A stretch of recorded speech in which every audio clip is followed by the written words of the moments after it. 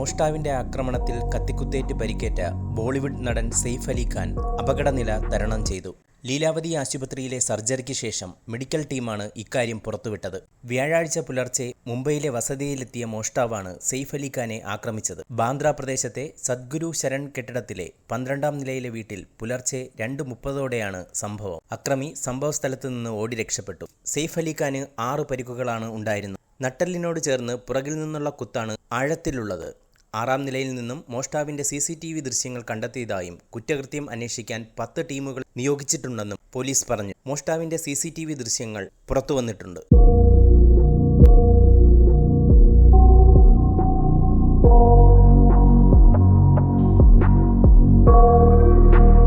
നിങ്ങളുടെ അഭിപ്രായം കമന്റായി രേഖപ്പെടുത്തൂ.